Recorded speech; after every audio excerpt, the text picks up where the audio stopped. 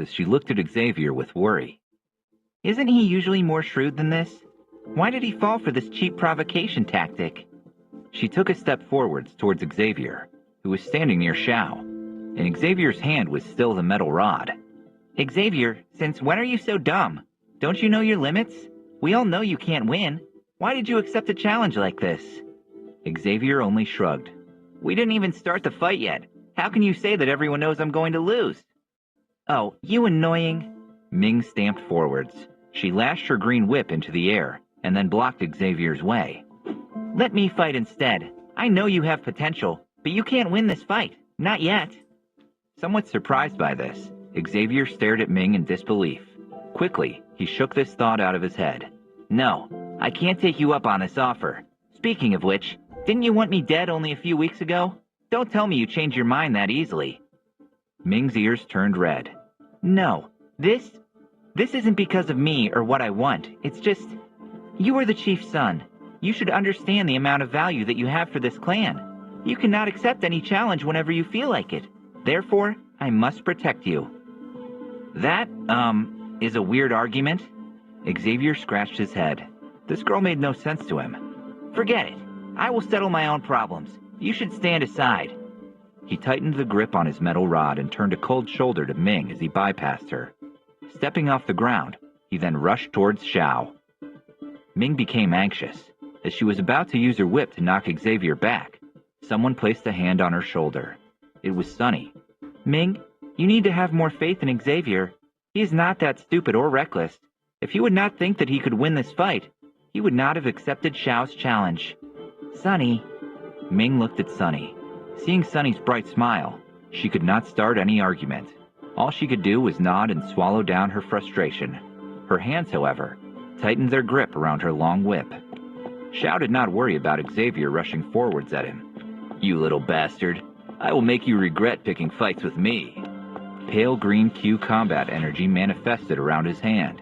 He stood at the spot without moving an inch. Suddenly, the Q combat energy changed its form. It transformed into sharp claws. There were sharp nails on each of his fingertips. He moved his hand.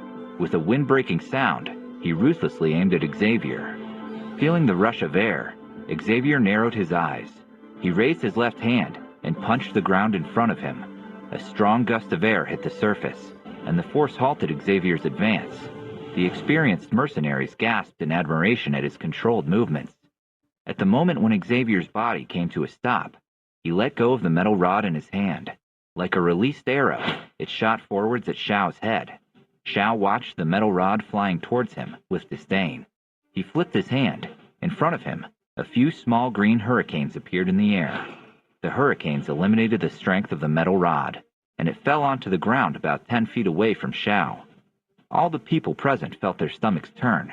Xiao seemed unbeatable. Chang turned to Ming. The situation does not look good for Xavier. With a calm demeanor, Ming brushed this off. Why should I care if he dies? He wanted to pretend to be a hero. Now that this failed, he is being beaten up by others. She stayed silent for a moment. Chang kept staring at her. He did not add anything, not even a single word. Ming eventually sighed. All right, get ready to save him. That bastard acts like he is out for blood. Chang took an acknowledging nod and got himself ready to join the fight. Compared to the nervous Ming, Sunny appeared to be exceedingly calm. The smile on her lips did not leave as she watched the disadvantaged Xavier. Sidestepping with some difficulty, Xavier dodged another of Xiao's attacks. Just as Xavier retreated, Xiao closed in, his wind attribute amplifying his speed. He clenched his fists firmly, aiming at Xavier's head with all his power. With his back to a wall, unable to evade, Xavier was still calm as ever. He slowly let out a breath. A faint yellow light appeared around his clenched fist. Finally, he rushed into a direct clash with Xiao. Seeing that Xavier chose to fight Xiao head-on, the onlooking crowd could not help but make some commotion. The large gap between their levels was obvious to everyone. If Xavier would have continued to evade, he could have stalled the fight, but by choosing brute force, he would undoubtedly be defeated. Just when everyone wanted to turn away from the brutal blow Xavier was about to face, Xavier opened his fist and a fierce pushing force apparently smashed into Xiao's stomach. Xiao turned pale with pain. What sort of D technique is this? The crowd was astonished. Xavier did not answer Xiao's question. Instead, he called out, "Vacuum hand!" With one hand, Xavier pushed Xiao through the air again. As he was in midair, he used Vacuum Hand to ruthlessly pull him back as if he was nothing but a toy. Xiao was furious at this humiliation. Still midair, he waited for the perfect time to strike back. He flew closer and closer to Xavier. Cyan-colored Q combat energy materialized around his fist. It formed a small whirlpool. Low XX level D technique. Green wind whirling fist. His fist produced a sound of fierce wind as the pressure of the technique blew back the junk on the ground next to Xavier. Feeling that colliding violent wind pressure, Xavier sensed his hands and face turn cold. After a moment of thinking through his options, he turned around. With his right foot, he stamped firmly onto the wall, and with an enormous force, he flew into the air. Mid-air, he twirled around and curved his leg. Octane blast! His foot met with Xiao's approaching fist, causing an explosion upon their contact. Don't get cocky just because you are a level 3 master. Right at the moment of impact, the sound of breaking bones echoed through the wind. Almost simultaneously, Xavier and Xiao's bodies flew backwards, heavily smashing against the wall behind him. Xavier tasted metal in his mouth. A moment later, he spat out a mouthful of blood that sprayed onto the ground. The mercenaries in the vicinity let out shocked gasps. They all thought Xavier had been defeated. Suddenly, they could hear howls of anguish. As they turned around, they saw Xiao rolling on the ground while clenching his right arm. Once they noticed the grotesque shape that the arm had been twisted into, they turned pale. The sounds of clamor went silent at this moment. With astonishment, they looked at Xavier, who was panting heavily near the wall. Cheers suddenly erupted amongst the masses of people. Ming's jaw dropped. That little brat actually won? It seems that way. Xiao looks as if he was worse off than me after fighting Xavier. Chang swallowed. He recalled the miserable condition he was in after their fight, but it could not compare to the condition Xiao was in right now. Chang took a closer look at the wound and immediately regretted it. Bones were sticking out of his arm in 3 different places. Blood was leaking from it. Chang could tell that Xiao's arm was most likely not going to get fixed again. That means Xavier must have advanced to master. No wonder he wasn't scared. Guess he just didn't want to tell Xiao about this so that Xiao would underestimate him. Ming snorted. And here I thought he was acting like an idiot. Xavier slowly went back on his feet and gave a menacing glare at Aaron, who gawked stupidly. Dragging his numb right leg, Xavier picked up the metal rod near his side. Staring at Xavier looming mercilessly above him, Xiao's face turned white. On the street, the onlookers held their breath as they watched Xiao, who was about to get killed.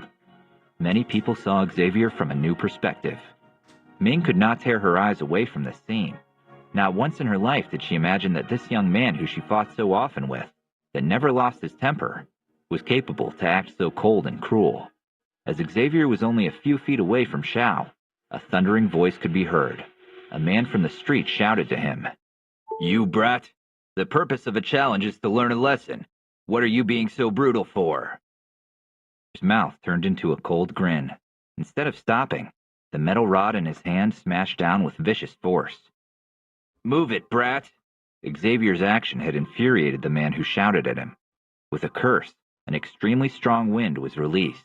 Like green lightning, it cut through the metal rod, breaking it into 2 pieces. Clenching his teeth, Xavier was about to press one of the metal pieces into Xiao, when the green wind struck again. It made breathing hard. Xavier used all his strength to push the metal piece forward. However, he was blocked by a sort of invisible shield. He tightened his grip around the metal and moved his body forwards. Suddenly, he could feel his body twist over. The piece of metal left his hand and flew towards the shadowy figure that was approaching him. Seeing that Xavier truly dared to attack him, the figure snorted. His hands curled into claws and fiercely gestured in front of Xavier. Thick green Q combat energy formed a few pale blades. Raising his finger, the blades left his hands and cut the remaining 2 pieces of the metal rod into a few dozen more. All of them dropped onto the ground. Such a cruel heart at such a young age. If your father is not here to teach you a lesson, I suppose I will have to do so in his stead. Within both of his palms, green Q combat energy gathered in seconds. A cyclone formed under his legs, catapulting him high into the air. Like a cannon, he threw himself towards Xavier. Suddenly, another few pale green blades appeared, and he aimed them at Xavier. "Teach me a lesson? Who do you think you are? Maybe you should discipline that piece of shit son of yours first." From the color of the Q combat energy, Xavier recognized the man. It was Lai, Xiao's father.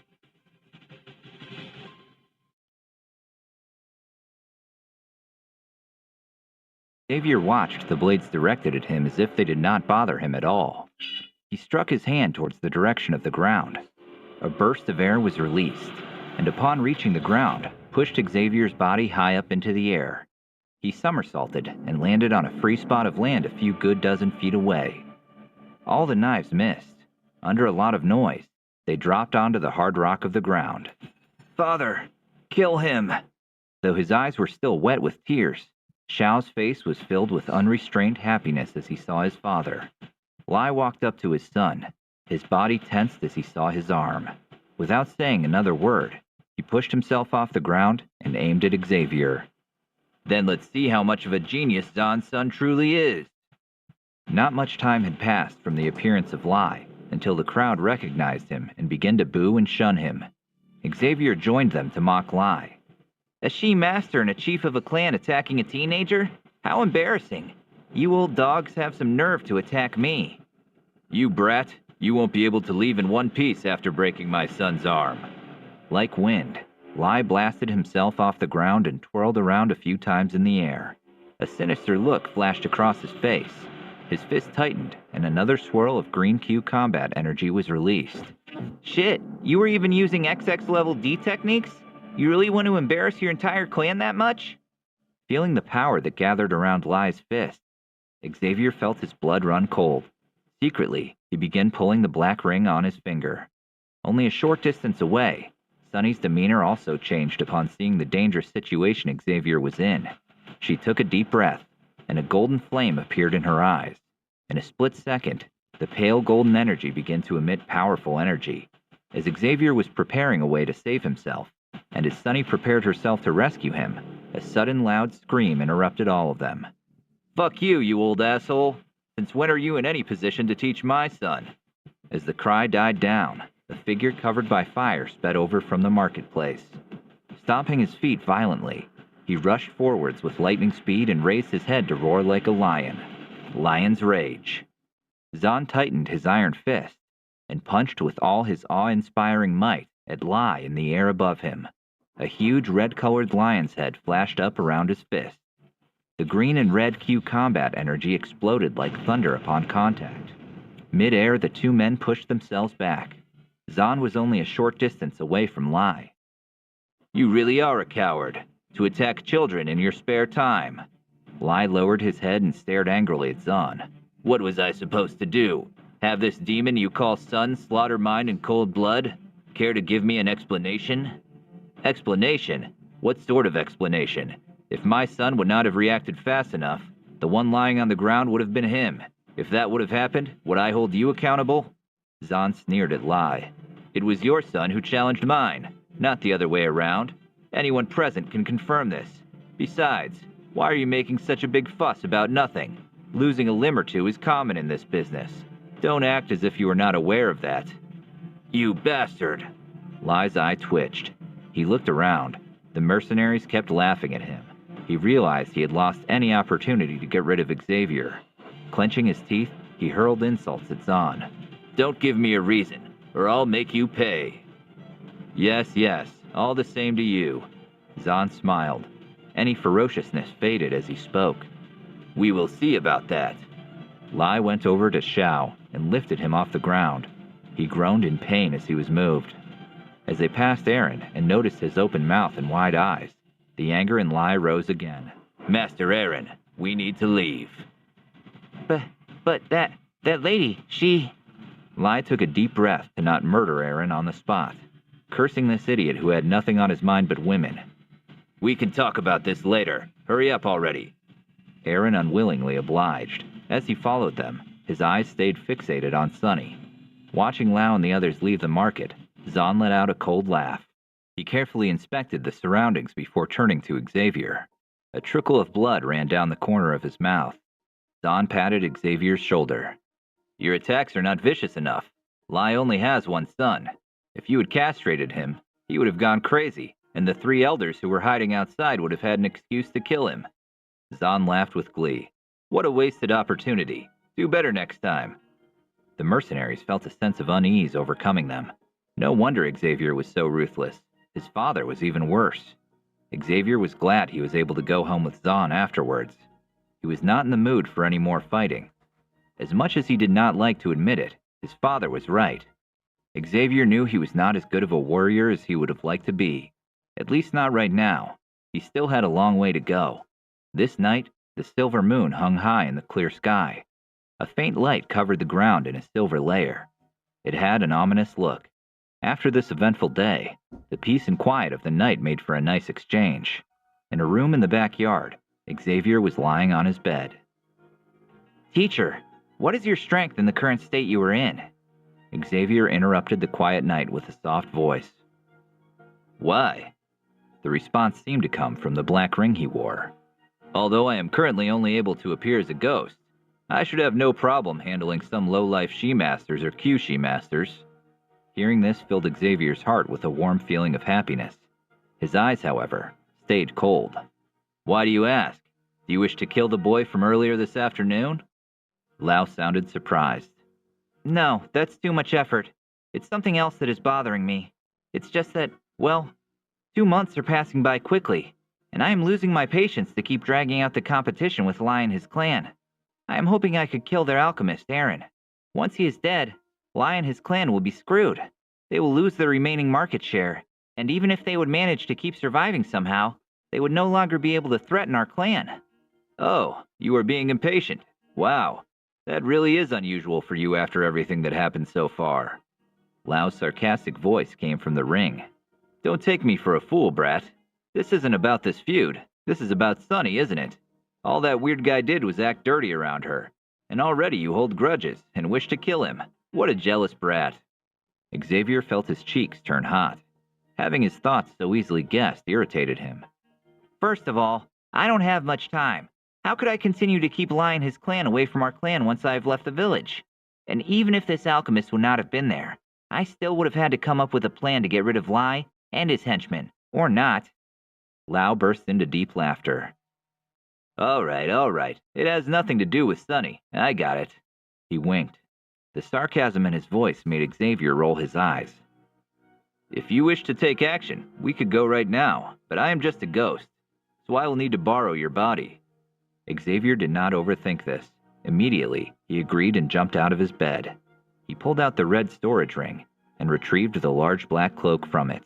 He pulled it over himself, and the thin young man was transformed into the bloated silhouette of a man. Ready? Then let's leave. You won't need anything. Just let me control your body.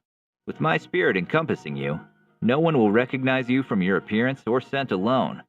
Lao gave him a gentle reminder. Xavier nodded as he stretched his head out of the window. Carefully, he looked to the left and to the right to check out his surroundings. Once he saw that it was safe, he leaped through the window. Suddenly, a mysterious strength emitted from the black ring on his finger. It wrapped around Xavier. Before Xavier reached the ground, he stopped falling. Like an eagle, he flew out of the village, disappearing into the dark night. The darkness made it easy to go unnoticed.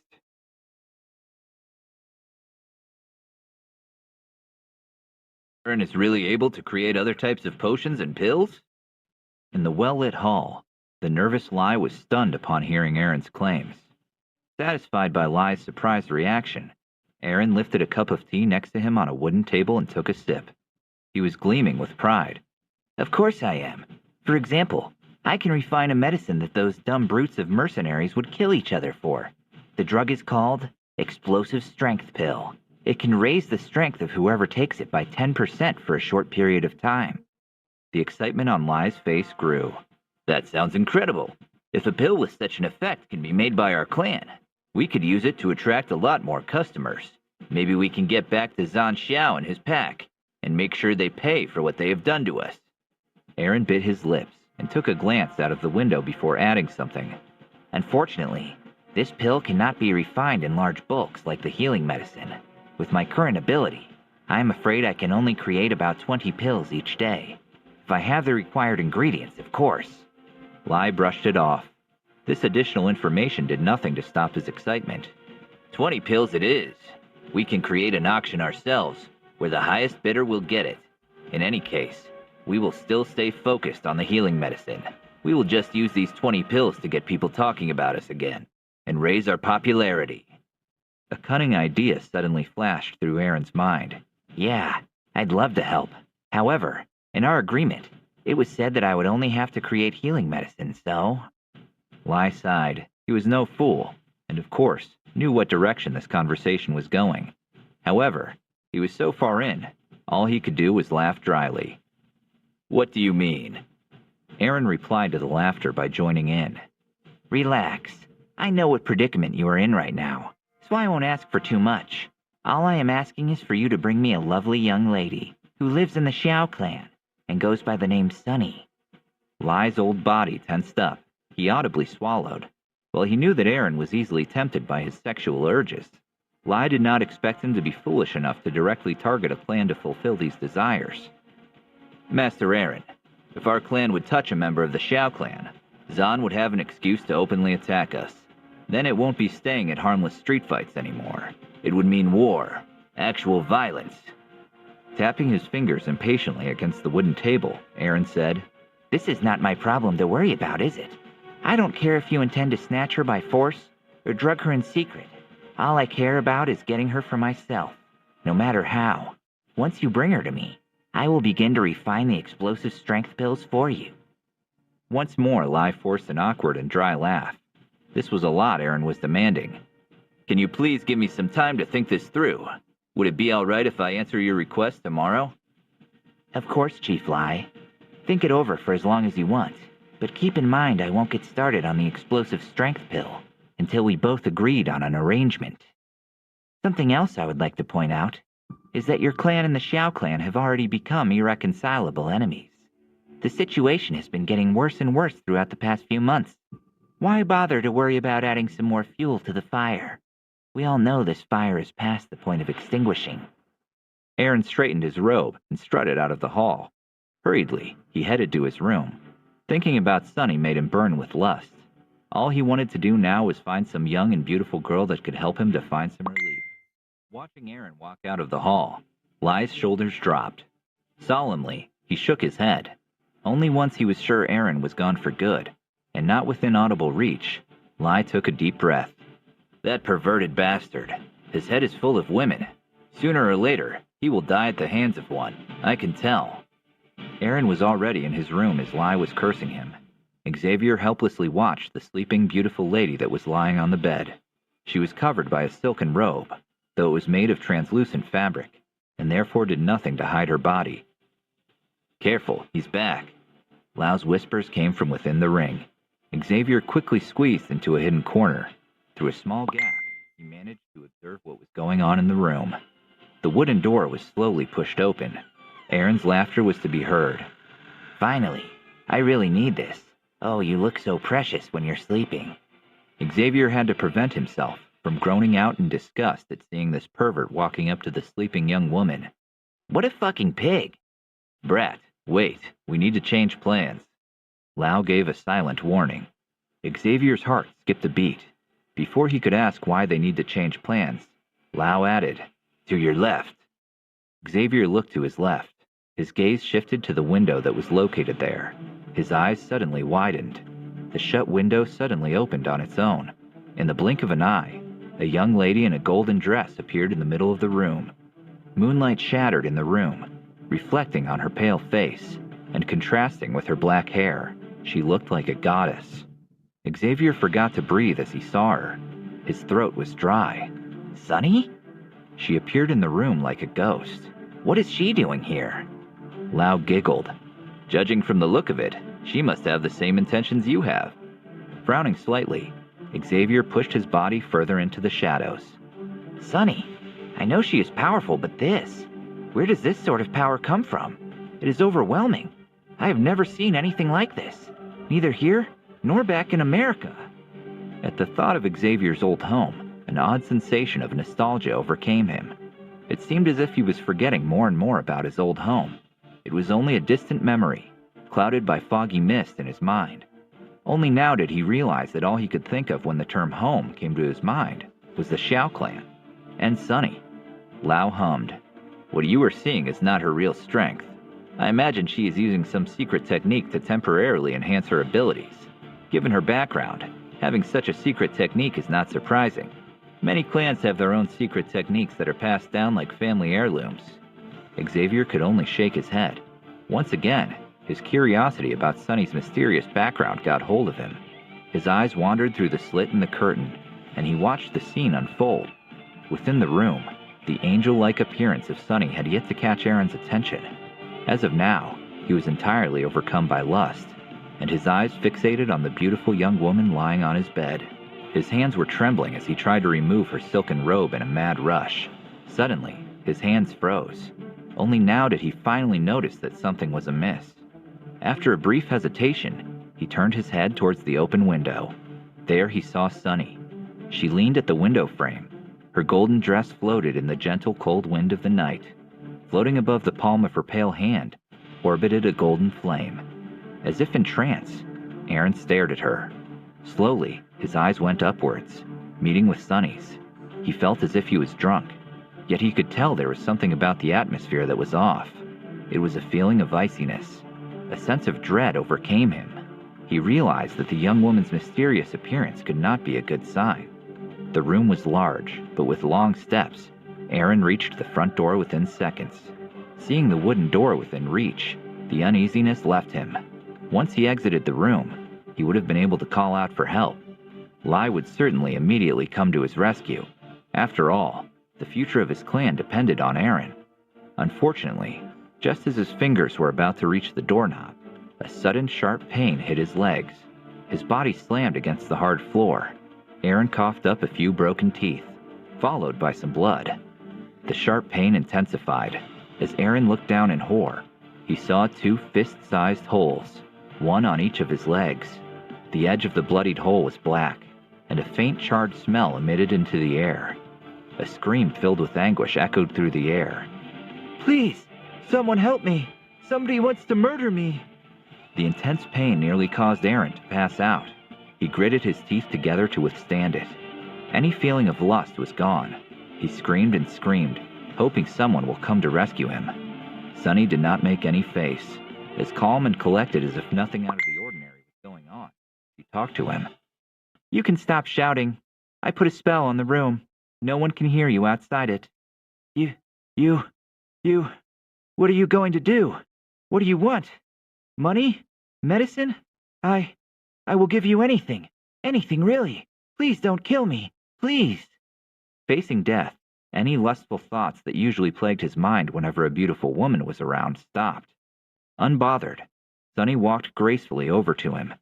Watching Sunny, Xavier noticed that her hair, which was normally reaching down to her waist, was lengthened and reached now all the way to her knees. This must have been another effect of whatever secret method she was using. As she was looming above Aaron, she stopped and smiled.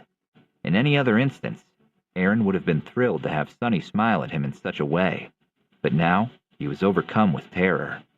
His face was as white as a dead body. His heart began to race. "Did you not want to capture me?" Sunny chuckled as she bent over the terrified young man. Aaron swallowed. Cold sweat ran down his face as he kept staring at the ghostly woman in front of him that seemed to inch dangerously close. Terror was in Aaron's wide-open eyes as Sunny inched closer to him. His face was pale, not only due to the fear, but also due to the blood loss he suffered, as the blood kept pouring from the holes in his legs. Sunny's face gave no indicator of how she felt about this. Hello， 我是阿江，新产品终于出来了，晚安3秒热舒宁。以下呢是我的研发日志。说实在，我自己就是一个很不好睡的人，而且我特殊的敏锐体质哦，就是那个灯要全黑，然后有一点点声音都会把我吵醒来哦。还有，如果我今天压力比较大的话，我在转个不停哦，所以我属于压力也会干扰我睡眠的人。如果我是出生在古代，我非常适合去把守洞穴。言归正传，我在研发睡眠产品的时候，还是发现了不小的问题啊。常见的助眠的有 GABA、芝麻素、色氨酸啊，这些都有效吗？其实只要做一点功课，去查看 PubMed 的公开国际文献，你会发现 GABA、芝麻素、色氨酸这3种物质最具科学的绝对是色氨酸。原因是色氨酸总共有984篇的文献，人体实验有114篇的文献，并指出色氨酸一定要达到1000毫克才会对睡眠有帮助。GABA 的样本数虽然是不少，但是根据2020年的文献回顾给了以下结论：GABA 应用于睡眠跟舒压还需要更多的文献去佐证。所以呢，不是说不好，是要更多的资料去证明。所以我觉得 GABA 是尚可。反观芝麻素只有2篇文献哦，样本数实在是太少，而且单一成分的芝麻素对睡眠根本没效。所以如果说有消费者来问我，你怎么不加芝麻素？我赶快被冲来，黑的不好啊。所以我的研发方向很果断，就是2点啊。第一个，一定要有色氨酸，而且一定要达到1000毫克的剂量。因为在2022年回顾了18篇文献，指出色氨酸一定要达到1000毫克的剂量。如果没有1000毫克，那就是安慰剂。为了提高更好的品质啊，我是选择了美国来源的色氨酸，它足足比中国来源色氨酸贵了4倍。我想我应该是台湾目前只有我在用美国来源的色氨酸，而且色氨酸啊是一个非常有意思的东西哦。它在白天光照下，它会转换成血清素。血清素是什么？它是一个让我们 happy、让我们快乐的物质哦。而到了晚上，血清素就会变成褪黑激素，它就可以帮助我们入睡。所以色氨酸真的是一个白天快乐、晚上好睡的一个好东西。尤其是在现在忙碌的这个社会哦，我们真的要好好拥抱一下色氨酸。但睡眠还有一个问题没有解决，那就是压力。就像压力会让我不好入睡，而色氨酸还不足以抚平压力，所以我研发的第2点就是找到一个对抗压力的杀手，就是这个 Holis 圣罗勒。在2022年的国际文献人体实验中证实了 Holis 圣罗勒可以降低压力，所以我用色氨酸提高了快乐因子以及帮助入睡，再用 Holis 圣罗勒去抚平压力，再加入人增进神经系统健康的 B6与 B12。好了，我已经全盘跟你拖出我的研发方向了。其实我试过了很多配方，就这个配方可以让我满意哦，所以我相信你也可以很满意。营养师轻食。If anything, she looked bored. I don't like murdering people. Hearing this, a faint glimpse of hope appeared in Aaron's eyes. However, it did not last long. Before Aaron could beg for mercy, Sunny's eyes pierced through him with an icy glare. A smile appeared on her lips. I don't care about perverts staring at me, but you did insult Xavier. Do you think you can afford that? What right does someone like you have to insult him? And while I know he won't be bothered what trash like you thinks of him, I cannot allow it. As Sunny's voice abruptly turned cold, she released the golden flame above her. It transformed into golden lightning, penetrating Aaron's chest. Instantly, a wide hole appeared where his heart should have been. Having received such a fatal blow, Aaron's body contracted. His eyes rolled far into his head until only the whites were left visible. Sunny straightened up and sighed. If I would not worry about Xavier getting mad at me for putting myself in danger, then Lion's men would have vanished long ago. That would have been for the better, seeing how many problems they caused Uncle Zahn. Oh well, it can't be helped. Sunny walked with light steps to the window and disappeared into the night again. Lau was laughing silently. To think this gentle and soft young lady is so decisive when it comes to murdering people. Haha, seems like you have found a great match. Xavier bitterly smiled. Looks like I wasted time by coming out after all. That is hard to say. Although Sunny was merciless in her attack, she is still very young and lacks experience. Xavier was about to ask what Lau meant, but he added, Just look. Hearing this, Xavier could only shake his head and keep himself hidden in the dark corner. The room, except for the servant girl's heavy breathing as she kept sleeping, was deadly quiet. There was nothing else of interest, save for the puddle of blood that kept spreading over the hard ground. For 10 minutes, Xavier kept standing there. He did consider asking Lau again, but then he heard a groan. His eyes went to the corpse of Aaron, whose hands suddenly twitched slightly. A moment later, his eyes went back to their normal state. The gray shade of his face turned slightly red again, though he still looked very pale. Damn that bitch. If I would not have stolen some pills from my teacher before I left, I would be dead now. With great difficulty, Aaron reached for a small jade bottle from a pocket. He poured some of the white powder on his wound before taking out a pale green pill and swallowing it without hesitation. Once more he groaned, this time in annoyance. Man, this will take ages to recover from. At least half a year, if not more. I will make sure that fucking bitch suffers twice as much once I get my hands on her. Hate to interrupt, but you won't get your hands on her. The sudden voice made Aaron freeze. Xavier appeared from the dark corner like a shadow. Sonny can be so careless sometimes. In the end, I still have to put an end to it all. Xavier's hand reached out from beneath his cloak. On his palm, a bright white flame materialized itself. Wait, a heavenly flame? Aaron cried out in horror as he recognized it. Congratulations, you were correct. Here is your reward. With a smile, Xavier waved his hand. Instantly, the white flame left, and with lightning speed, shot at Aaron, covering his body like a fiery mantle. Aaron did not even have enough time to scream, as his body evaporated into a pile of ash within the blink of an eye. And from this moment on, the Level 1 alchemist, Aaron, vanished from the face of the earth. Clapping his hands, Xavier waved them through the air in a smooth motion. A wind swept away the ashes on the ground. He waved his hands once more, and nothing but a clean floor was left behind. Lazily, he walked to the window and soared into the air to make his way home. Only a few feet outside the Lao clan, he was stopped mid-air. On the edge of a tower to the side was Sunny in her golden dress. She stared at the disguised Xavier, who landed on the roof. Who are you? Hearing Sunny's soft voice, Xavier shrugged his shoulders helplessly. Lucky for him, Lao understood and spoke for him. I believe you've seen me at the Xiao clan. Roaming around on the roof, Sunny inspected the figure more closely. And what are you doing here at Lai's clan? Xavier turned around to make sure Sunny could not see his face from beneath the hood. I was entrusted by someone to settle some trouble. Sunny narrowed her eyes. Entrusted by someone? And by who exactly? Though I do have an idea. Xavier apologetically waved his hands as Lao said, I am afraid this is not something I can disclose. But I want to know. Sunny leaped forward, forcing a smile. On her finger, a spiraling golden flame formed itself. Lao laughed. I know you are very strong, but this won't do much to intimidate me. Sunny furrowed her brows. She raised her fingers, and several more spiraling flames appeared on her fingertips. Both Lao and Xavier grew frustrated. Sighing loudly, Lao said, I don't wish to fight you. If I accidentally hurt you, that guy would be heartbroken. All right, I am scared of you. There was some dumb man who took advantage of a girl that was held in high regard by some other man. This other man happens to know me, so he requested me to take care of things. Do you think it is easy for an old man like me to run around all over the place in the middle of the night? Under the light of the golden flame, Sunny's face blushed. She flipped her hand, making the flame disappear again. It is true what Uncle Zahn said. The old sir and Xavier do have an interesting relationship. Heh, well that was a quick change of tone. Lao laughed a little. But I am no fool. You've guessed my relationship with Xavier a long time ago, haven't you? Sunny shook her head. Back then I only had a guess that I felt uncertain about, though I am unaware of your background. I believe you have been helping Xavier to train and get him back to his old strong self. Lao did not deny nor confirm her assumption.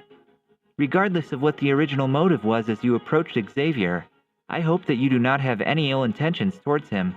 I will always look out for Xavier, and you may be more experienced than I am, but do believe me when I say I have powerful forces behind me. My only wish is that Xavier won't get hurt or deceived. Sunny took a slight bow. It is getting late. I need to return home. Please do not tell Xavier that you have seen me here. Rest assured, young miss, I will not mention a single word.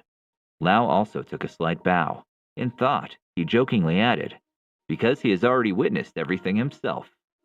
Hearing Lao's assuring word, Sunny smiled and was about to turn around. Suddenly, a green light appeared. After being stunned for a moment, Sunny's hands reached out and the light got closer to her. She took a confused look at the cloaked figure. Since you have used a secret technique, you will be weakened for the next few days. This bottle contains energy powder. Keep it to recover, otherwise, someone might get suspicious seeing your sickly appearance. Sunny's bright eyes widened. She took a deep bow before reaching for the bottle. Thank you, sir. Sunny slightly jumped into the air, and her body shot into the darkness, disappearing from their sight. Lau and Xavier looked after her until she was gone. You know, if you would not have entered her room and come up with this useless idea of training to help her, then she might not be that protective of you. Come to think of it, your luck is truly something others can be jealous of. Xavier hummed in agreement.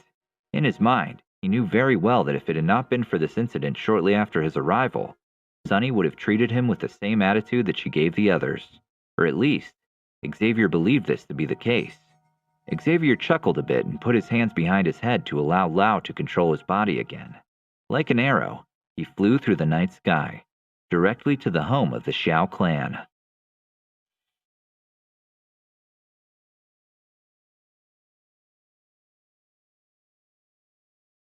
Many people stood in Aaron's room the early next morning. Nothing of what happened yesterday was left. The blood was gone, the ash was gone, and most importantly, Aaron was gone. This was the only thing Lai and his men could tell for sure as they inspected the room. On the bed sat the young servant, who slept through the entire ordeal. She trembled with fear, and her face was white. Fear was in her mind that Lai will put the blame for the alchemist's disappearance on her. Lai swept his gaze across the room. And you were sure Aaron had vanished without a trace? This sounds rather odd. Yes, Chief Lai. Yesterday, this young servant fainted and only woke up here this morning. She cannot remember why she fainted or anything else. Master Aaron was already missing by then. We asked the guards if they have seen him, but they have not seen anything either. Lai was suspicious. He threw a cold glare at the young woman. Last night, he gave no indication that he considered leaving. Moreover, there are several guards posted at the two entrances into our clan that are on the level of Shi Masters. Even with Aaron's ability, it would be impossible to sneak past them unnoticed. How do you think he vanished so easily without a trace? I have no idea. The young woman stammered nervously. She needed her cold hands. Lai's mouth twitched. His feelings were in a mess. He took a deep breath and walked around the room, checking out every corner for any sign of the alchemist. Suddenly, he stopped at one corner. There, hidden under the curtain, were a few sprinkles of ash. With his heart racing, Lai bent down. He dipped 2 fingers into the ash and sniffed them. Instantly, his cold expression turned into one of fear. He felt dizzy.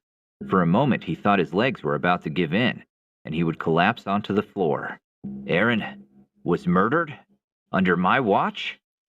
By the time Xavier woke up from his sleep, it was already noon. The sky was bright. Warm sunlight entered through the gaps in the window. Spots of bright light were left on the ground.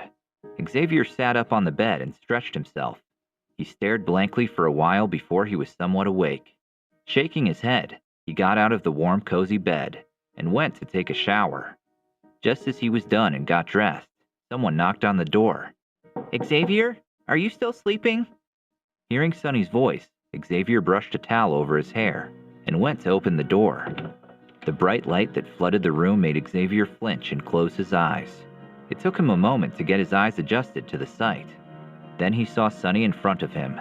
Today, Sunny was wearing green, a beautiful robe made of silk. Xavier's heart took a leap. For a moment, he wished he would have had the courage to tell her how beautiful she looked.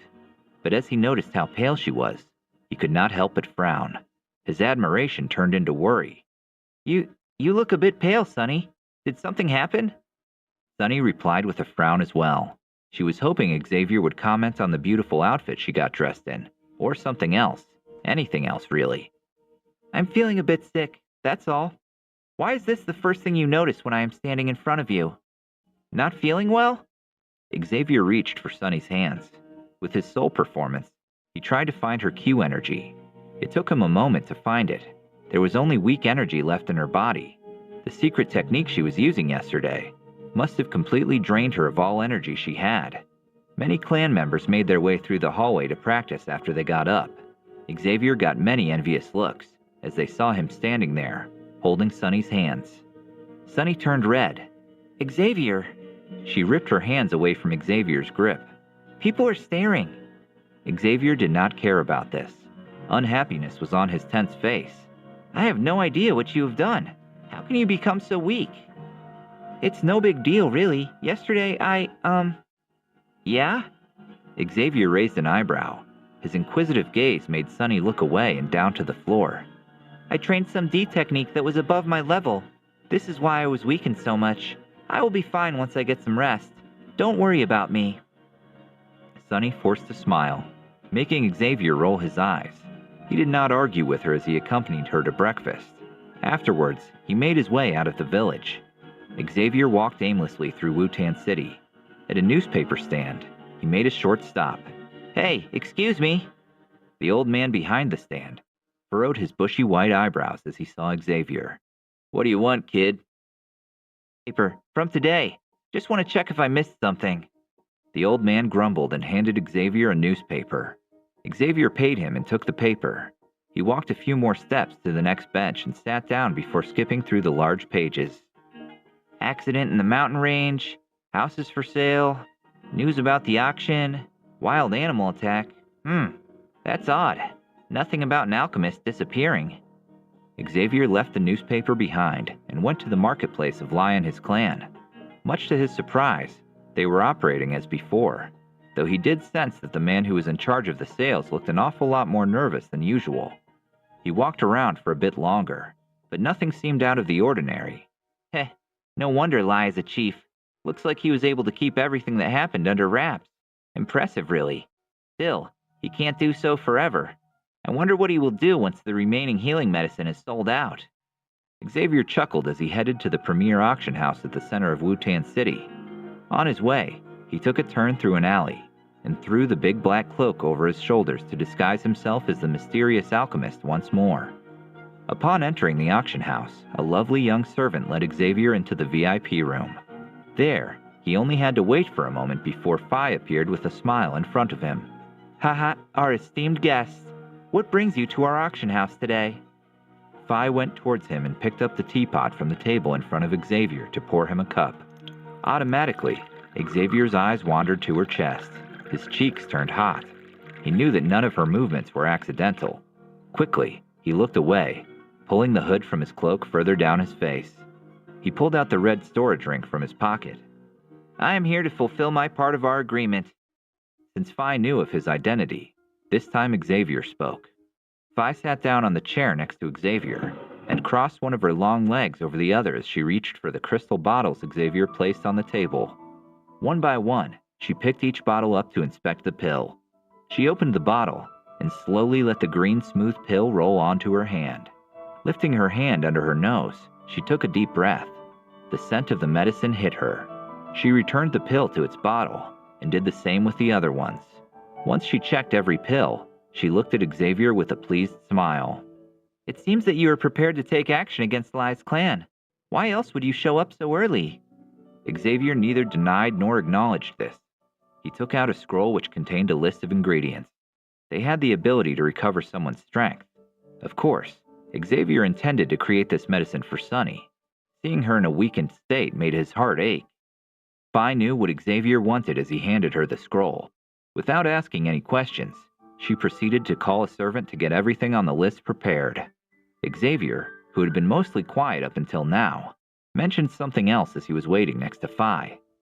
It looks as if Lai and his clan went to other cities to find their ingredients. Phi nodded. They have found a supplier in Tai City. However, the price of the ingredients there are at least 4 times as expensive as anything they would find in Wutan City. Phi put on a smug grin. Xavier laughed a little. Sounds like they are really desperate. Could you give me some information on the transport of those ingredients? Phi's smug smile dropped. She stared at her hands that held a teacup before taking a sip. Once she put the cup down, she turned to Xavier again. A look of worry flashed across her eyes. What do you plan to do? Simple. I plan to rob them. 2 days ago, Lai and his men purchased ingredients worth 400,000 gold coins. This batch of ingredients should reach Wutan City this afternoon. Lai and his clan have only paid 100,000 gold coins as a deposit for those ingredients. The remaining 300,000 gold coins are on credit. Protecting the ingredients are some of Lai's best warriors, 3 Shi Masters and a Q Shi Master. There are also a few dozen guards that are at least ranking as masters. 400,000 gold coins. That is an insane amount of money for ingredients. Xavier smiled as he hid the scroll in his storage ring. I wonder how they would repay their credit if those medicine ingredients would suddenly disappear. With Lai being close to bankruptcy, that must be their final blow. Xavier lifted his head. In the door stood a servant. She took a bow in front of Xavier. Your requested ingredients. Great, thank you. Xavier went forward and took the ingredients before walking out of the auction house without looking back. Sitting on the chair and watching the cloaked man leave, Phi could only bitterly shake her head. What a shrewd young man. Lai is going to be in deep trouble. Meanwhile, on a road not too far from Wutan City, there were 8 horse-drawn carriages. They trotted down the road under the scorching sun. In this overbearing heat, the guards surrounding the carts were drenched in sweat. Agitated voices were heard from the carriages. Part of this escort team was Song Lai. Song was one of the 2 elders of Lai's clan. He was a Shi master and was considered to be one of the strongest people in Wutan City. Having him personally escort the medical ingredients only highlighted the importance of the wear. However, it seemed that Song did not receive any news of Aaron's disappearance. If he would have known, the elder would have returned the expensive ingredients immediately. He sat with crossed legs on one of the horse-drawn carriages. No matter how much the bumpy road caused the carriage to toss and shake, his body did not move. On his face were deep wrinkles, and an even deeper frown. Song grew up surrounded by luxury and comfort. Traveling with cheap carriages for more than 2 days caused him to grow annoyed. All because of that damned Xiao clan. Sooner or later, I will make them pay for this insult. He slightly turned his head. Through a window behind him, he could see the neatly stacked ingredients. He sighed. Although storage rings would make transportation more convenient, low-grade rings would not have enough space for the number of ingredients they purchased. To store all of the ingredients, they would have needed at least 5 storage rings. Within the entire clan, there were only 2 of those rings. Thus, they could only transport the ingredients by using the cumbersome old-fashioned method of using carriages. The heat caused Song to develop a migraine. The carriage's constant shaking did not make this any better. Song felt seasick as he dozed off into a light and uncomfortable slumber. Suddenly, the carriages stopped. Tiredly blinking his eyes, Song cursed to himself. Others from the other carriages joined in. Angry shouts echoed through the air. Song was about to call to someone to investigate when suddenly one of the guards hurried towards him from the front. Master Song, a black-cloaked man is blocking our path. Song's face darkened. He gave the guard an acknowledging nod and hopped out of the carriage. Swiftly, he moved to the head of the convoy. There, he saw that the guard was honest. A black-cloaked man stood on a big boulder in front of them. Although it was not possible to see the man's face, Song could sense that he had ill intentions. Who are you, and why are you blocking our path? Are you a member of Lai's clan? The voice of an old man came from the cloaked figure. Song's mouth twitched. With a somber expression, he waved his arm. The dozens of guards behind him drew their weapons from their belts. The black-cloaked figure laughed. Looks like I was right. He leaped off the boulder and strolled ahead to the convoy. Song reached for a bow and arrow that a guard near him had with him. He pulled at the bowstring, and the bow bent like a cord. Upon release, the arrow transformed into a ferocious wind and shot directly at the cloaked man's throat. A frightening whistle of wind followed the arrow. When it was only a few feet away from the cloaked figure, a group of white flames materialized and turned the arrow into black ashes as soon as they came into contact with it. Watching this, Song's face changed color. Uneasiness rose from deep within his heart. It appeared that the man in front of him must have been a Shi master, if he did not even rank higher than that. Song took a deep breath. He grabbed a long blue spear from the guard behind him. A faint blue Q combat energy emitted from his body. The dry surrounding air became more humid. Clearly, his Q method had a chilly water attribute to it. He stared intently at the man, adjusting his body slightly before leaping himself into the air. His body turned into a blue light. He rushed forwards and closed in on the cloaked figure. Mid-air, the spear suddenly began to shake violently. Overlapping waves. Overlapping waves was a low-leveled XXD technique, the strongest one Song could fully control. His long period of training allowed him to master this specific D technique to perfection. It took him years to do so. Being released at its full force, the The strength of this D technique was equivalent to a mid-level Diamond Q technique. Not even a level 6G master would dare to underestimate it. Following Song's yell, a huge blue wave comprised of energy emitted from the shining blue spear. The huge wave of energy rose up high into the sky before taking aim at the cloaked figure. Proud cheers from the clan members erupted upon seeing their elder reveal his full potential. Throughout their journey, they encountered a few robbers before. Each time they were taken down with Song's spear. Most of the clan members assumed they could add another victim to their list. The wave rolled along the horizon. Within it, a tiny light suddenly expanded. Like lightning, the spear in Song's hand came rushing through the wave, aiming at the cloaked figure. Die! As the target was almost within reach, a sadistic grin flashed across Song's face. Energy gushed uncontrollably from the spear. As the tip of it was about to strike the figure's skull, the man raised his hand. A soft face was revealed under the sunlight. That bastard from the Xiao clan? Recognizing the familiar face, Song wanted to murder Xavier even more. His spear was about to touch Xavier, but a white flame suddenly flowed forward from the cloaked figure. It wept towards Song, who was still in midair. The white flame flashed across the sky, and immediately, wave, spear, and Song vanished. The clan members felt their skin crawl. Their cheers halted.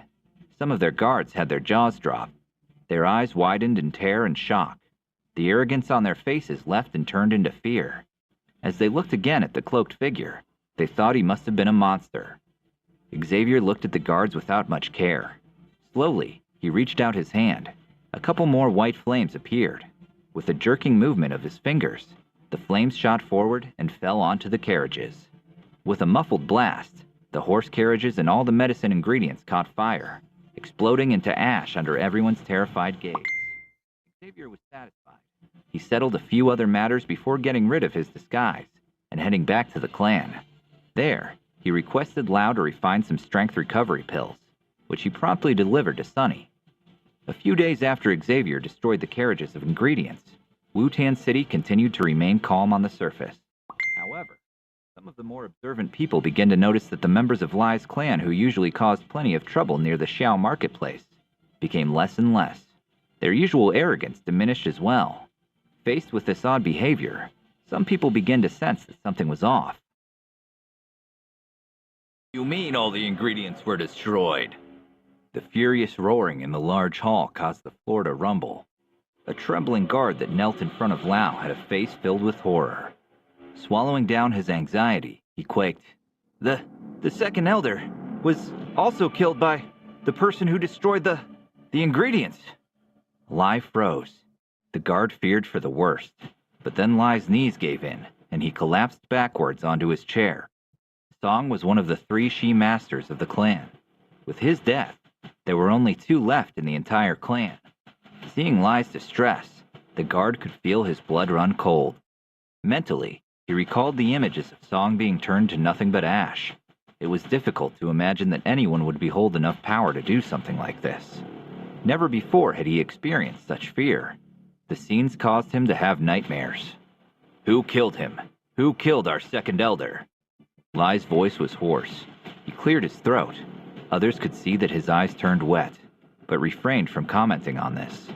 Song's death must have been a huge blow for him. I am afraid I don't know. All I saw was a man dressed in a black cloak. No one saw his face, but he controlled some sort of white flame, which killed Elder Song. A black cloak? Controlling a white flame? Lai did not have to think for long. Manipulating flames to cause damage was the preference of an alchemist, and there was only one alchemist who was in conflict with Lai's clan that possessed enough power to murder Song so easily. The image of the alchemist Lai had met at the auction house flashed up in his mind. Recalling the respectful way Master Tao and Lady Fai expressed to the alchemist, Lai felt how his mouth turned dry. They were wrong from the beginning. Back then, after the statement Aaron made, they had thought that the Xiao clan was simply lucky to hire some novice alchemist. But after the current tragedies they have faced, they concluded that the alchemist of the Xiao clan must have been a lot stronger than they thought. Fury was in Lai's eyes. The 400,000 gold coins worth of ingredients were gone for good. And even worse, They still owed 300,000 gold coins to the alchemy ingredients supplier in Tai City. Lai's original plan was to refine this batch of ingredients into healing medicine and sell the medicine to repay the loan. With the latest development, all of those plans were ruined. The supplier who sold Lai those ingredients had a significant amount of influence and power in Tai City. Once they learned about what happened, they would send someone to collect their debt. However, Lai and his clan had all their funds exhausted. How could they find such a large amount of money? If they failed to pay back their debt, they would end up getting annihilated. Damn! Unable to think of a solution, Lai slammed his fist onto the table beside him. Immediately, it broke into pieces. A wooden fragment flew off and hit a guard who was standing nearby in his face. He clenched his teeth and endured the pain without a word. Lai took a deep breath to control his anger. He shook his head and forced himself to pretend to be calm as he said, "Distribute all the remaining medicine in the warehouses to all the marketplaces, and make sure to keep quiet about everything that happened today. If anyone spreads this news, they will be punished." "Yes, Chief." The guard trembled as he took a deep bow. As fast as he could, he hurried out of the large hall. Lai found himself in the now empty hall. There was no sound, save for the singing of birds outside. It was a warm and peaceful day. Lai leaned against the back of his chair. Even if his clan would manage to survive this disaster, any of their strength would be gone. From then on, they would struggle to get by. Fighting with the Xiao clan would also not be an option anymore. Thinking of this, Lai sighed. He was beginning to regret the conflict he started with Zan Xiao and his clan. However, this regret came a little too late. Meanwhile, in the Xiao clan, Zan also held a meeting with his 3 elders and some other people. Zan furrowed his brows. He kept his guard up. What is Lai trying to do? This old bastard is scheming something. I can tell. Are they trying to pretend to be weakened so we would underestimate them and foolishly rush into an attack? The 3 elders exchanged a few looks before replying. The first elder was the one to speak up. "We are unsure. The situation does not appear to be easy. Knowing Lai, you might be right, and he could be scheming something. We should stay cautious." Zan sighed. He looked at Xavier, who looked as if he was so bored that he was about to fall asleep. "Xavier, have you met with the esteemed gentleman recently?" Zan raised his teacup to his mouth and took a sip. The 3 elders also shifted their gaze at Xavier. A mix of curiosity and envy was in their eyes. None of them had the privilege of meeting the esteemed gentleman on their own so far. No one except Xavier. Xavier raised his head. "Huh? Oh, yeah. I've seen him." There was a moment of silence before he added, "He intends to take me as his disciple." Zan froze. His stoic face was suddenly overcome with emotions.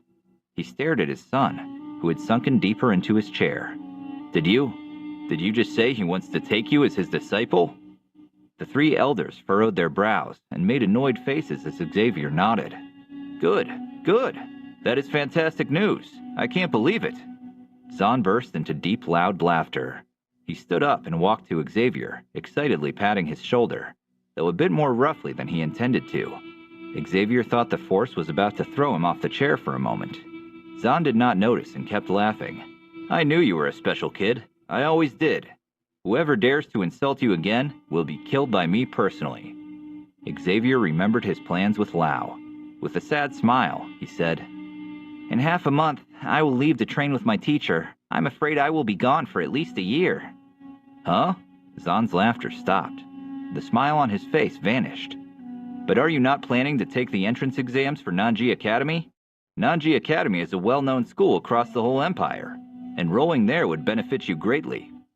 "I will take the exams, but I will skip for a year or perhaps 2. I know that Nanji Academy is great, but they won't be able to help me defeat Nalan Yan in less than 2 years." He could not forgive her.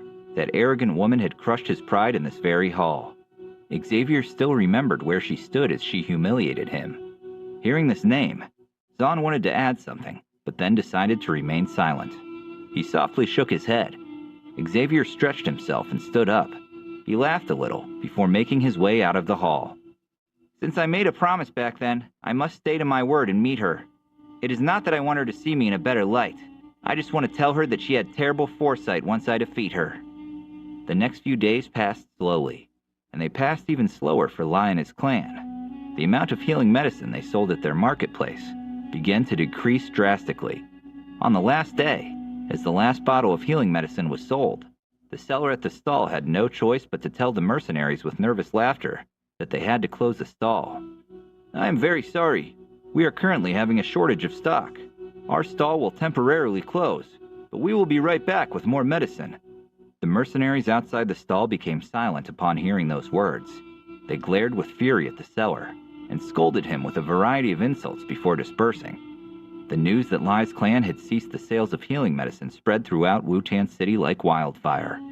In less than 1 hour, everyone knew.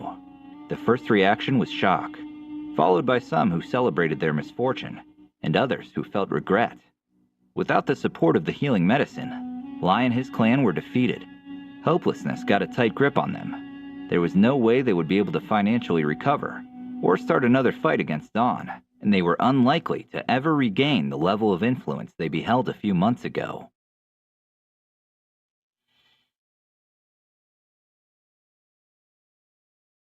Zahn and his elders were gathered in their spacious meeting hall. The sun shone through the window, illuminating the hall. Birds were singing outside. It was a beautiful day. Lai has lost the source of his healing medicine? The news stunned Zahn. He did not bother to hide his happiness. Neither did any of the elders. He walked a few steps up and down, shaking his head as if this news were too good to be true, and he expected to wake up from this dream any second. Zahn turned towards the messenger. "What about their alchemist, Aaron?" "We have no idea. Ever since Aaron and the young master Xavier had their fight, no one has seen him." Everyone present threw Xavier a questioning look. He was sitting in a corner, shrugging it off. "Why are you all looking at me like that? I didn't do anything." Zahn did not believe this. Aaron's disappearance would have been too big of a convenience for this to be an accident, especially one day after their fight. "He is honest, Chief Zahn." After a moment of hesitation, the messenger spoke up for Xavier's defense. "A member of Lai's inner circle leaked the information that their second elder was murdered by a man in a black cloak while they were transporting ingredients for their healing medicine." Zahn looked into the distance. He froze. With a wave, he dismissed the messenger before redirecting his attention to Xavier. "Xavier, I don't think there is anyone in all of Wutan City that would be able to do something like this and meet this description other than your teacher." Xavier sighed. "Well, yes, Elder Song did die." Hearing this, Zahn shook his head. "I can't believe Lai's clan, which we fought for decades, has suffered so much because of you. Not that this makes me unhappy. I am just surprised. It is odd for an alchemist to get so attached to someone. Anyways, if you see him again, do express our thanks. We owe him much. Now, let us see how Lai tries to get out of this mess." Zahn laughed loudly. In the competition for the medicine market, Lai was now out of the picture, leaving Zahn and his clan pretty much without any competition. In these 2 short months, the Xiao clan miraculously recovered from a miserable position to gain most of the marketplace. In addition, the months of profit were equivalent to their annual income last year. Their influence within Wutan City had surpassed any other clan. Even the premier auction house sent gifts and gestures of goodwill to their clan. With all these factors in mind, the Xiao clan was in the limelight. There was no other topic that Wutan City talked about these days. Nevertheless, Lai and his men were not to be underestimated. They still had armed forces that were to be reckoned with. It took them years to establish their military. Lai was of course aware of the influence of the Xiao clan. After he realized that it would be hopeless to compete, he and his clan gathered themselves, waiting for the right time to strike back. Lai was not able to take a break for long. 2 days after they closed their stalls for their healing medicine, things changed. "Chief Lai, we are here to collect your debt." Lai knew as much. Grudgingly, he made his way to the door of his office, where he discussed all sorts of matters that he did not want to discuss in the official meeting hall. With trembling hands, he unlocked the door and opened it. "Yes, I imagined you would show up soon." He laughed awkwardly. Never before had Lai been in such an embarrassing position. His entire life, he was able to spend more or less in luxury. Being faced with debt collectors was humiliating. Lai's skin crawled seeing the 2 giants of men. They were large and bald. Each of them had piercing eyes that did not look away from the old man in front of them for even a single second. Lai felt as if he was being observed by two lions. All he could do was let them in and offer a cup of tea. Once they were seated, Lai sat across them behind his wooden desk. He swallowed, unsure what to say. "You know why we are here, Chief. Where is our money?" One of the men spoke up. Lai shivered at hearing his voice. "I am certain you have heard of our recent predicament. Of course, we will pay, but we need some time to do so, and—" "Time? You need time? We had an agreement, did we not?" One of the men interrupted Lai. Judging by the looks of him, he had to be at least a she-master. Cold sweat ran down Lai's forehead. Yes, of course. I understand, but I can't create money out of nothing, can I? Money does not grow on trees." "We don't care how you will get the money. You owe us. But we will have it in 2 days, or we will make sure to get rid of whatever is left of your sorry clan." Lai's eyes widened. He jumped up from his seat. "No, I mean, 2 days? That is hardly enough time to hold a meeting to look for a plan. How am I supposed to do this? This isn't possible." Neither of the debt collectors gave an indicator of how they felt. They kept staring at Lai. "Look, old man, this isn't our problem. We will show up in 2 days, and you either have the money or you don't. If you have the money, it's all good and well, but if you don't—" He stopped mid-sentence and threw a menacing grin at Lai. Lai swallowed. Somehow, he felt that it would have made these men happy if he was unable to gather the money. His usual hot temper was gone. Lai knew he could not afford to upset these men, no matter how rudely they acted. His clan's situation was bad enough as it was. I understand. I will make sure to gather the money and pay you in 2 days." Lai was unsure why he offered this. He had no idea how he would be able to gather 300,000 gold coins in 2 days. The two men did not care. "We will be back in 2 days. And don't you dare try any shady tricks, old man." They stood up and walked out of the clan. Lai was left behind in his office. With a sigh, he let himself fall back down into his chair. This day, he ordered everyone to search through the entire clan to find the money. By the end of the day, they could only gather 100,000 gold coins. This would only cover 1/3 of the debt they had. Lai wanted to swallow down his pride and borrow money from some clans he had better relations with, but he was faced with rejection after rejection. People are eager to share in one's happiness, rather than aid in sorrow. Lai cursed them in silence, but he figured he could not blame them. Seeing the current state of his clan, and the hostility from the Xiao clan, no one would want to get involved in this mess. Every clan knew that helping Lai would be a direct insult towards the Xiao clan, something most clans could not afford, at least not the ones in Wutan City or in any of the neighboring regions. Even after putting in tremendous effort to convince his former allies to help him, Lai was unable to raise the needed money. The next day, he voiced a suggestion that left the rest of his clan shocked. He wanted to sell the marketplaces. Lai's clan owned a total of 3 middle-sized marketplaces and 4 small marketplaces in Wutan City. The ones that he wanted to sell were 2 of the middle-sized marketplaces with the best location and the highest amount of visitors. Once word was out, the members of the clan reacted with despair and rage. Even the outsiders of the clan that resided in Wutan City were in a state of shock. The revenue of these 2 marketplaces made up half of the income Lai's clan had.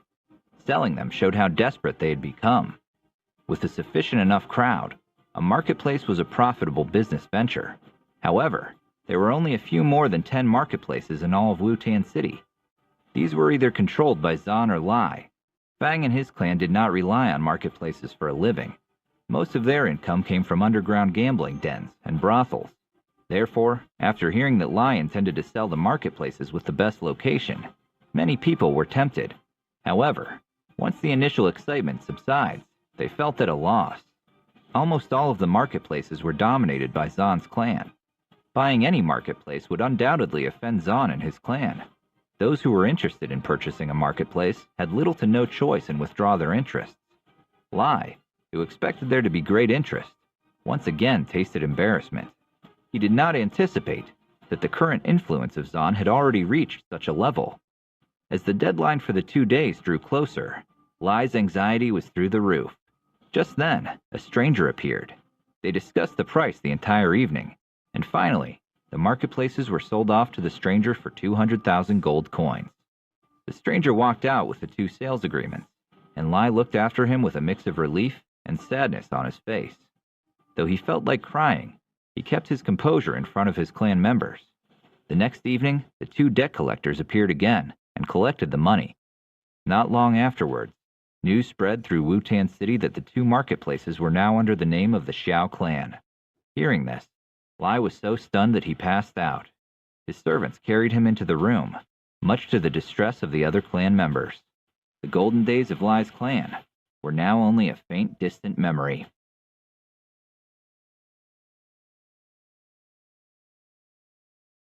Finally, the clan got their victory. Whereas Lai's clan was forced to admit defeat, well, they were the talk of the town for a good week or so. People quickly moved on to more interesting topics. The topic of this week was Nanji Academy. As one of the most famous institutions for higher learning, Nanji Academy was something like the holy grail for aspiring students. Whoever graduated from it was almost guaranteed to have a comfortable life with all sorts of luxury. Not to mention, they would be the pride of the family. Many parties were looking after people that graduated from Nanji Academy for all sorts of jobs. Nanji Academy was located in the area where the Empire of the Heavens bordered the other 2 empires of the continent. There, the academy was almost like a small country itself. Now, of course, the 3 empires would not ignore this small country next to them, but the strength of Nanji Academy was not to be underestimated. All sorts of powerful sources kept supporting them. Therefore, the 3 empires had no choice but to leave Nanji Academy the way it was. It was resting near their borders, like a huge dragon that no one dared to provoke. After growing for many centuries, the academy was not only one of the most reputable universities, but also highly respected by the citizens of the 3 empires that wanted to do business with citizens of the other empires. Nanji Academy was an important factor in mediating and threatening many forces. These things caused Nanji Academy to grow in strength every year. Additionally, every year Nanji Academy would dispatch a large number of teachers to head into the 3 empires to look for gifted students. This was done with a high degree of approval by the 3 imperial families. After all, the academy was not closed off like some sect. Academies do not have many restrictions, and after graduation, many graduates would return to their original empires. These graduates would become the new power and blood of their empire's strength. Naturally, the imperial families knew about this and therefore encouraged it. It was almost time for the recruiting teachers to arrive in Wutan City. Everyone's attention was focused on them. This shift allowed the Xiao clan to take a break from the limelight, much to their relief. Another unusual thing about Nanji Academy was that they placed importance on talent instead of a person's background. Without sufficient talent, it was almost impossible to enter Nanji, unless, of course, one had enough wealth to distract from this lack of talent. But since the academy was well off when it came to wealth, it had to be an insane sum that most people did not have. Only members of royal families were able to buy themselves into the academy. Due to the academy's disregard for status and background, in Wutan City, even young thieves and beggars were looking forward to the arrival of the teachers. If they were able to pass the test, they could leave their depressing old lives behind and become a respected master. Under this hopeful mood, Wutan City was livelier than ever. People were gazing into the distance, dreaming of what their life might become. Xavier had no time to join these people in daydreaming. He was busy. Since he had to travel soon, he spent any second he had practicing alchemy and creating healing potions. Seeing his hunched-over tired figure, even Lao felt bad and eventually decided to help him. Huge batches of medicine were completed and placed into the vaults of Zan's clan. With the stored amount, they should have been fine to continue their sales for about a year, or perhaps longer than that. If they were to sell everything, they would have earned envious sums of money. This constant work made Xavier exhausted. However, his refining process became easier to do. His ability to control the temperature of the flames also grew in skill. This improvement led to him gaining a success rate of almost 60% when it came to creating blood clotting medicine, a success rate that only an experienced level 2 alchemist could accomplish. Xavier's own strength was increasing as well. The constant practice of alchemy played a huge part in this. As he finished the batches, he was on the level of a level 4 young master. Of course, Xavier was very happy about this. Despite this, once the last batch of medicine was completed, Xavier immediately stopped, or rather, Lao stopped him. Practicing alchemy was draining Xavier of all his energy. Once he was done, Xavier went to bed and slept for an entire day. Afterwards, his life was a bit more relaxed. Xavier was not used to this sudden free time, and he found himself bored as he wandered through the village, watching the others. Many young clan members were toiling away at training. They hoped that these last few days of effort were enough to make them pass Nanji Academy's enrollment criteria. Xavier had little sympathy for those procrastinators. He remembered how hard he worked to regain his power. These people, without much talent, would rather use their backgrounds to philander, which didn't sit well with Xavier. Nanji Academy's enrollment criteria were not low. Before the age of 18, one had to reach 8 Q stars. This criteria alone had destroyed many people's dreams. Xavier knew that this would only allow for 2 people within the clan to meet those criteria. He took a turn down a small path into the flower gardens. There she was, Sunny. A gentle look spread across Xavier's face. With a smile, he walked up to the girl dressed in green that was staring at the willow tree in a dreamy daze. "Xavier, are you leaving soon?" Xavier stopped. He swallowed and nodded as he walked up to Sunny. He brushed over her head. The feeling of her soft hair made him feel sad at the thought that he would have to leave her behind soon. "I have lots of things that I have to take care of." "Nalanyan?" Sunny bit her lips. Her eyes were watery. A coldness was on her face. Xavier shrugged and gave a faint laugh. "I bragged in front of so many people. I can't afford to mess this up, can I?" Sunny furrowed her brows. "I should have killed her back then." Xavier forced a laugh. "I promise you, once I am done, I will come to Nanji Academy to look for you. It will take at most a year and a half." Sunny looked annoyed at hearing this. Never mind that. At most a year." Xavier threw his hands up in a defensive manner. "Why won't you follow me? If you stay with me, I also could help you to defeat Nalanyan within the promised time. I even came up with a plan." Sunny looked at Xavier with big eyes. Xavier thought about it for a moment, but then shook his head. "I appreciate it, but I can't accept your offer. But I promise, after a year, I will go to the faction of the Misty Clouds and kick Nalanyan's ass."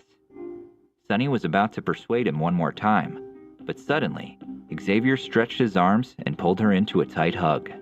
A gentle wind blew across the blooming garden. They held each other, wishing they would never have to part. "Sunny, I promise I will look for you. Please wait for me." Even this day came to an end, and the next one did as well. Time flew by, and suddenly, it was the day the recruitment team arrived at Wutan City. Half the village was empty. All of them had gone to watch. By now, the entrance to Wutan City must have been blocked by crowds of people. What a bunch of idiots. Do they think they could pass the entrance exams if they run after the teachers like that? Xavier was unbothered by the turmoil. He would check it out once everyone had calmed down. As of now, he headed towards the mountains. At this time of day, he would practice his D techniques. He spent all day practicing. Only on the next day, he decided to take a break and see how the recruitment was going. Although the recruitment team stayed in Wutan City, the territories they were responsible for consisted of many neighboring cities as well.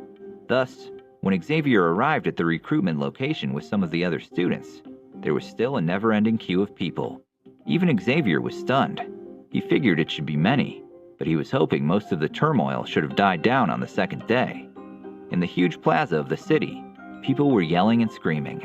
Countless young people were struggling to head into the plaza. Were it not for the many soldiers maintaining order, the agitated crowd would have rushed in and caused a stampede. Xavier was dispirited seeing this. He shook his head, not understanding how people could act like this. They are going to crush each other to death here. From the looks of it, he would not have been able to attend the entrance examination today. Looks like there is nothing you can do. Someone chuckled smugly behind Xavier. He turned around, and there was Ming. Sensing that an argument between Xavier and Ming was about to start, Sunny stepped in. Do you have any solution to that? Ming raised an eyebrow and laughed. Of course I do. The one who is in charge of the recruitment team in Wu-Tian City is my favorite teacher. As her favorite pupil, I have a solution. Follow me. Sunny gave Xavier a questioning look. He shook his head. Don't worry, I'm not going to start an argument with her. This seemed to please Sunny, and she smiled as she followed them. Ming walked around the plaza until the western side of it. There, at the back of the plaza, were heavily armored soldiers guarding it. The sun shone onto their weapons. Piercing rays of light reflected from the cold steel. Ming told Xavier to wait and then walk to one of the guards. Looks like some captain or commander, Xavier murmured to himself. The armor was a lot more decorated than the ordinary ones of the guards. Ming took out a green card and spoke to him for a while. Once she was done, she waved Xavier, Sunny, and some others from their clan who joined them over. The captain took a careful look at them. Let them through. Upon hearing the order, the armored guards stepped aside and cleared a small path.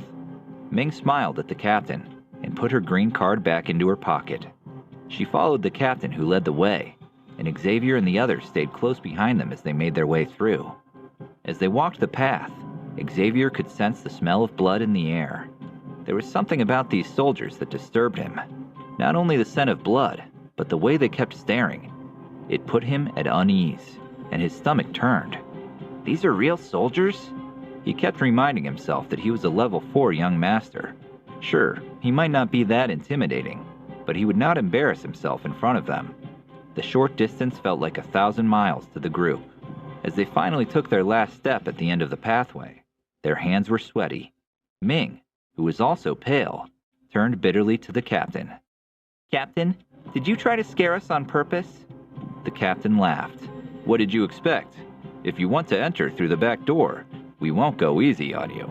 Besides, we are only following Lin's orders. These soldiers are from the top of our ranks. If you do not have any inner strength, you would have been paralyzed with fear halfway through. He took another good look at the group. As his eyes stopped at Sunny and Xavier, astonishment filled his eyes. It seems as if Master Lin will be able to recruit some good students this year.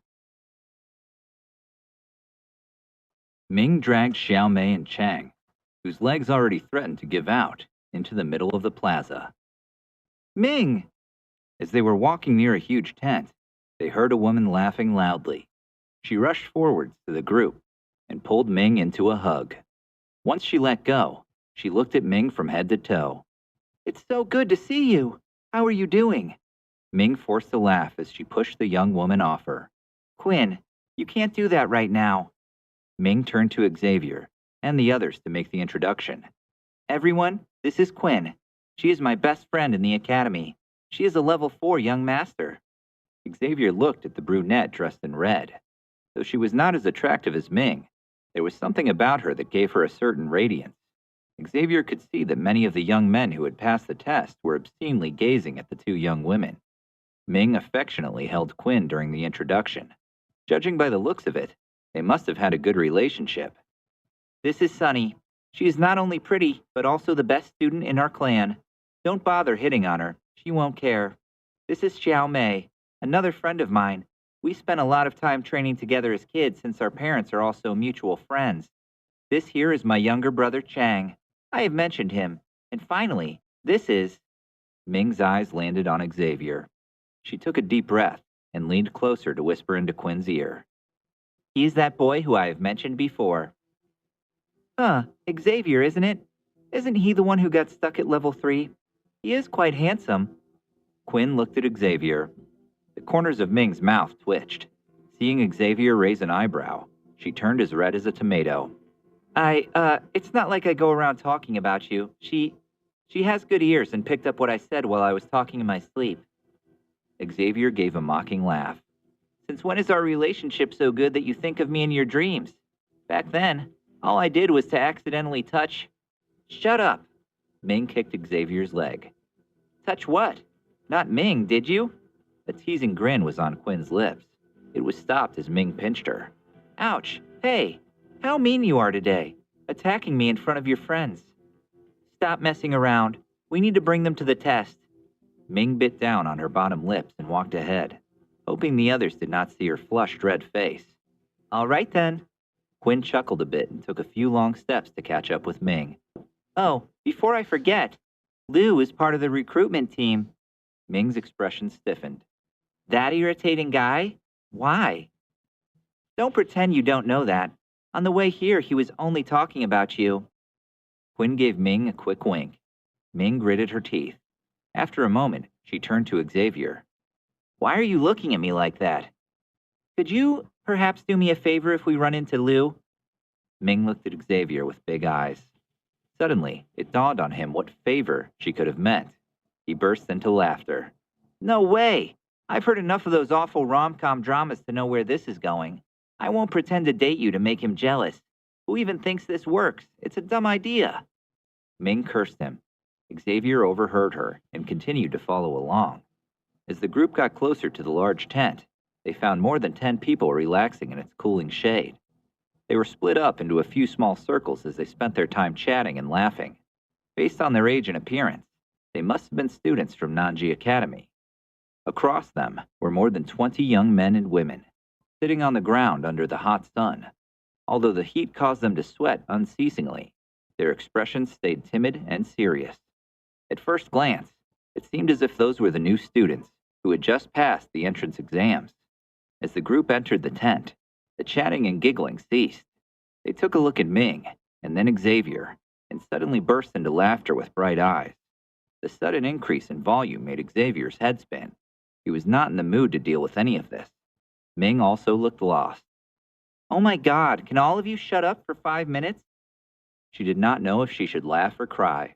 A couple of her friends came over and threw themselves at her. But Ming, we haven't seen you in 2 months. Oh my, you've become a lot bigger, haven't you? The young woman took an unashamed look at Ming's chest. Instinctively, Ming crossed her arms in front of her as she noticed.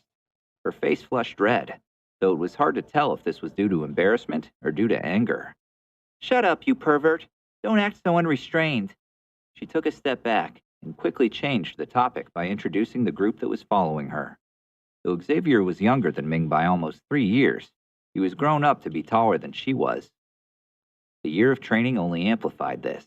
His face may have still been young and soft, but he carried himself with a maturity that those girls were clearly intrigued by. Chang, on the other hand, was completely sidelined, much to his disappointment. What a handsome man! Are the two of you related by blood? Oh, didn't you say he was adopted? Be honest, did you steal him for yourself? Xavier's mouth twitched. His muscles tensed up. He looked at Ming with annoyance. Ming's face flushed redder. She gave him an apologetic glance. Before she could explain, her eye caught a male figure striding over. I'm not related to him, not at all. Why don't you stop teasing him? He's, shy. This made the girls stop. Watching the flustered Ming, they exchanged confused looks. None of them expected that Ming would actually bother to explain. They were just joking around for the most part, and the tone they used made them think that she attempted to lie. Even Sunny was taken aback. Since when is he so close to Ming? She raised an eyebrow and looked at Xavier. To her relief, he looked as confused as everyone else in the tent. Xavier was about to call her out, but suddenly Ming reached for his hand. She held it, and with the other swept some dust off his clothes. An awkward silence spread through the entire tent. Ming, long time no see. A male voice was heard. Everyone turned towards him. There was a young man dressed in gray, smiling widely at them. He was quite attractive, but his radiant smile appeared to be fake. Ming's flustered look receded. She clung to Xavier as she turned to the young man. Liu, haven't seen you in a while either. The young man named Liu laughed. As he saw Xavier and Ming's interlocked hands, his laughter turned into a cough. He cleared his throat once he regained his composure. Did you bring these few people over? Yeah, I brought them over to take the test. Ming nonchalantly said so, and went on to introduce them. Once she was done, Liu pulled out some sort of red crystal, about the size of an apple. He waved it with a smile. It just so happens that Master Lin has given me an examination crystal. Why don't we let them try? The other crystals have all been brought to the examination gateway at the front. Using mine will speed things up. Ming hesitated a bit, but then agreed. With a sigh, she explains. This examination crystal is very simple to use. As long as your strength has reached level 8, it will light up. Once this happens, you will have passed the first test. That's nice and all, but can you let me go already? Xavier glared at her. Ming was confused for a second. Once she realized what he meant, she turned red again. Oh, yeah, of course. Sorry. She let go of his hand. Seeing her so obedient, Liu's grip tightened around the crystal ball. Sonny, why don't you go first? Xavier brushed his hand off at his pants. Sonny nodded with a smile and took the lead as she went forward. Gently, she touched the crystal ball. Within a second, it lit up, and she stood back. Xiao Mei and Chang did the same. Again, the ball lit up. As the three of them succeeded, Xavier stepped forwards as well. He placed his palm on the ball, and again it lit up. Ming did not appear to be surprised. If I wouldn't have been sure that they would pass the test, I wouldn't have brought them here. Liu took the crystal ball with an apologetic smile. He shrugged. It's not that I don't trust you. It's part of the rules. Congratulations, everyone. You all passed the initial test. Now please wait outside. I apologize. It might take half an hour. Half an hour? Why? I brought them here to speed things up. Ming frowned. Ming, you are also a student here. You should know the rules. Besides, the new students are getting more and more impatient. Having them wait a while will teach them how things worked at the academy. Liu chuckled, but Ming only rolled her eyes. Liu, I don't care what you tell the new students, but why bother to put those lousy rules on the people I've brought over? Liu's eyes twitched. Before he could defend himself, Ming went on to complain. You should stop causing so many unnecessary troubles. We both know those rules are a load of bullshit, so we can do without them. Why turn them into such a big deal? The others seemed to side with Ming. They really were getting impatient. All right. They have passed the initial test, and I am still in charge, so I will make an exception. Liu gave in. Only one of you will have to wait and act as a representative of your group. Let's see, why not? Slowly moving his fingers across the group, they finally stopped while pointing at Xavier. Him. Xavier did not pretend to be surprised by that. Yeah, of course this would happen. Ming interrupted before he could say anything. Oh, get lost. Xavier won't wait outside for half an hour. I will look for Master Lin to talk about this. You are not in any position to order everyone around however you want. Sudden laughter distracted them. Outside the tent was a group of young men. Oh, Liu, looks like you're in trouble. It's no big deal. Just some students being brats. Liu threw Ming a subtle glance. It's been a while since I've dealt with some arrogant students. Liu, you need our help? A young man with one golden star on his chest stepped forward. Liu faced the gloomy-looking Ming and mused. Suddenly a smile lightened up his face. I have an idea. Look, I can't make all of you exempt from the rules. The others might get unhappy about this. But why don't you spar with Mr. Tang here? There is no need to defeat him. All you have to do is endure 20 rounds against him without dying. Then you all are free to proceed further. All the people present realized what was going on. Many girls rolled their eyes. It was clear that he was jealous of Xavier and tried to use his position of authority against him. Ming did not cry or groan like the others. She had become strangely quiet. She knew that as of now, Xavier was at least as strong as she was. Dealing with a level 1 young master would not have been too difficult. Xavier stared at Liu. He did not intend to be some meddlesome nuisance, but this guy was really asking for it. Tang walked closer to Xavier. Come on, little boy. Let me teach you to respect your seniors. Otherwise, you will get yourself into a lot of trouble at the academy. Xavier sighed and wondered in silence why shit like this kept happening to him, even when he intended to stay out of trouble. Instead of defending himself or loudly complaining, he walked up to Ming. Without any words of warning, he pulled her into a long and tight hug. Ming, aware that Liu kept watching her, reciprocated the hug, her face burning with anger. Liu kept his fake smile, though it took him a visible effort to do so.